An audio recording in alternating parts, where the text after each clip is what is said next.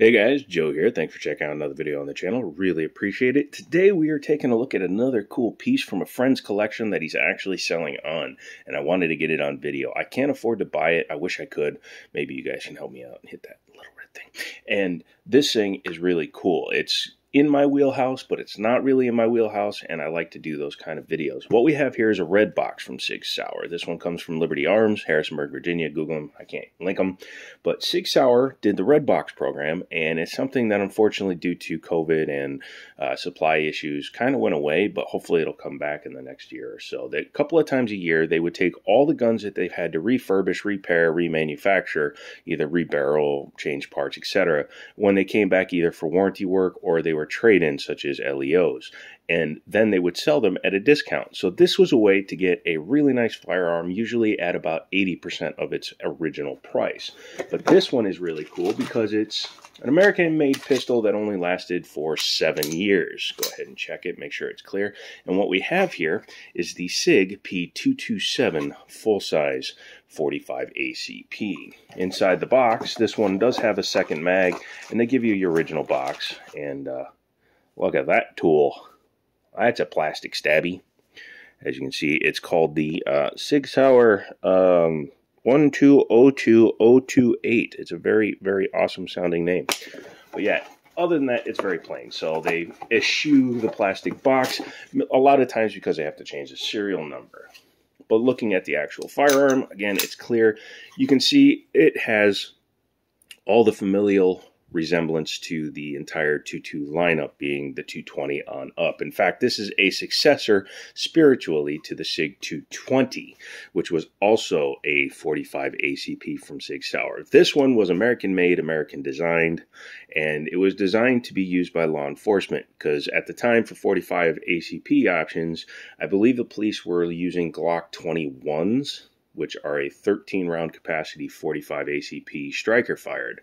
Now, some cops liked carrying the 9mm SIGs, like the 2.2 blank, 2.2 whatever, I all of a sudden forgot. But yeah, they went ahead and switched from those to these if they wanted the 45 ACP. It comes with either a 10 or a 14-rounder. This one is a 10-rounder, so is the one in the box. You could get the 14-rounders, and you still can, I believe. But as you can see, it's marked 227 so that you don't accidentally try to put a 9mm in there. Double stack, so it is a little bit thicker, a little bit of a thick boy, but she feels pretty good. It actually still has a this way smaller grip than a Glock 21, for example. This is a later release. It was discontinued in 2019, but you can definitely tell this was a later release. Things like the undercut and the stipple pattern that's on it definitely lead one to believe that it is not from the original run of guns. Yeah, so you have metal frame, metal slide, but polymer grip panels. So these could be changed out if you don't care for it. Indiana, Pennsylvania, and Connecticut were three of the major police forces, state police forces, that wound up running this gun.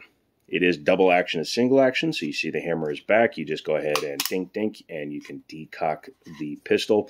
So once you load your magazine in, ready to go, you just decock it, put it in your pocket, because it does not have any external safeties.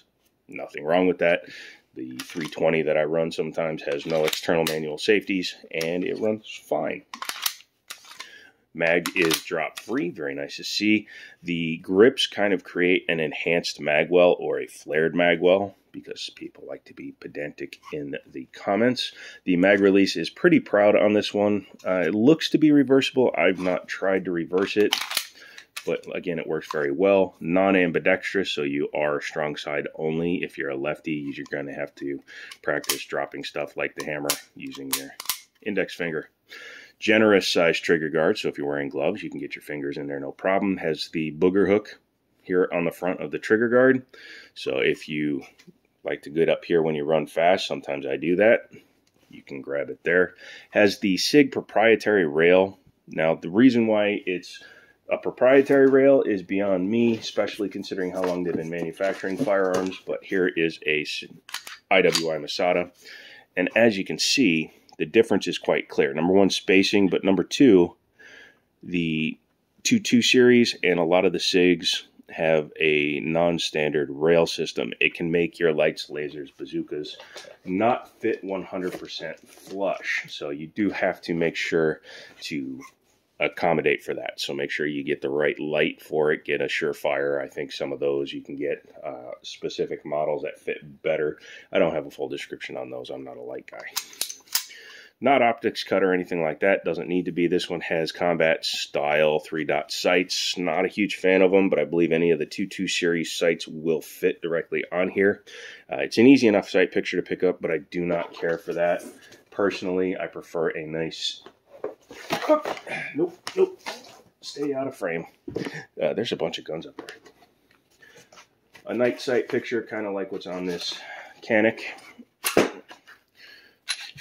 High-vis front with the blacked-out rear. You can see how much easier it is. Your eye gets drawn directly to that front.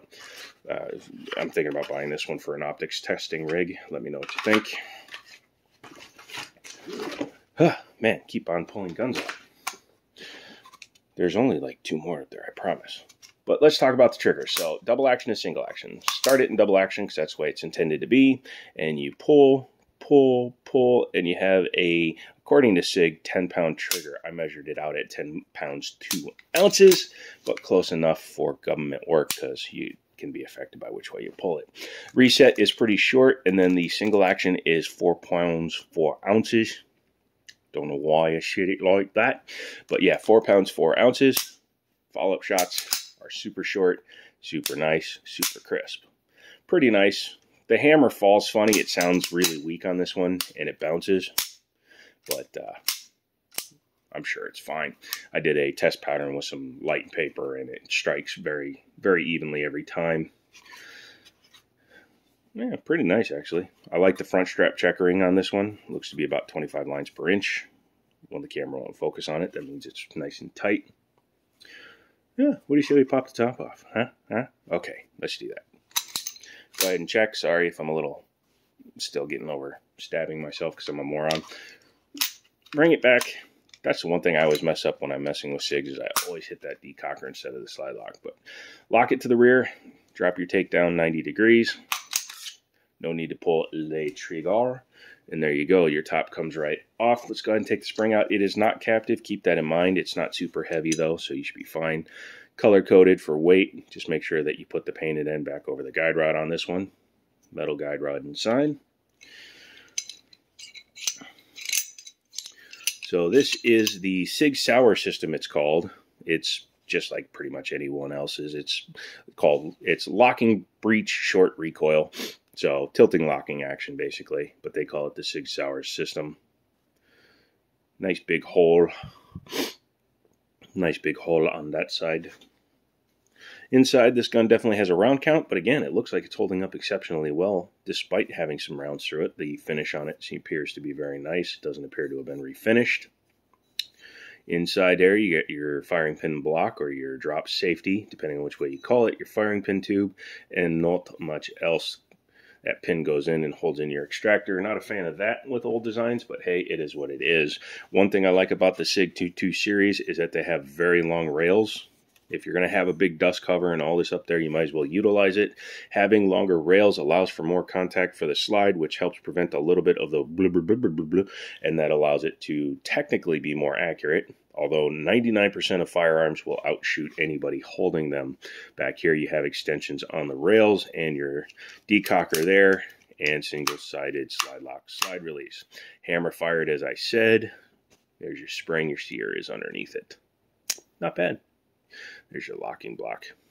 Appears to be a removable locking block too. Sometimes when it's an all-metal frame, this will all be incorporated in, but this appears to be removable so you can replace it, repair it, etc. I'm guessing this frame, because of its size, was also used for the 9mm as well. But overall, very nice construction, as is to be expected. When a company produces quality guns for long enough, I'll become accustomed to getting a certain level of fit and finish. And it's actually more surprising when a gun manufacturer doesn't meet your expectations than it does when they do. Like when Kel-Tec makes a really reliable gun. Although my Sub 2K was really reliable. Didn't fire a single round through it, so it never jammed. Go ahead and put it back together. with these longer frame rails on the dust cover, you do have to start way out here, but then you just come back, lock it into the rear, and you're good to go.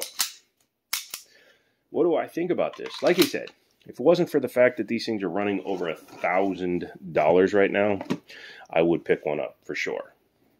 It's one of the last times you're going to see a Sig Sauer design that isn't a 1911, such as the Nightmare or any of the other ones they made. And hopefully they bring back something with the 45 cartridge. I know they did the X5 or the X10, which is the 320 in 10 mil. I wish they would do the 320 in 45. I would sell my 9mm X carry in a heartbeat for a 45 X Series 320. Let me know what you think about this gun down in the comments. Would you buy one? Liberty Arms was where this one will be. We're still pricing it out to figure out which digit comes after the comma, if you know what I mean. So get a hold of us. Let us know what you think. And as always, I'll talk to you later.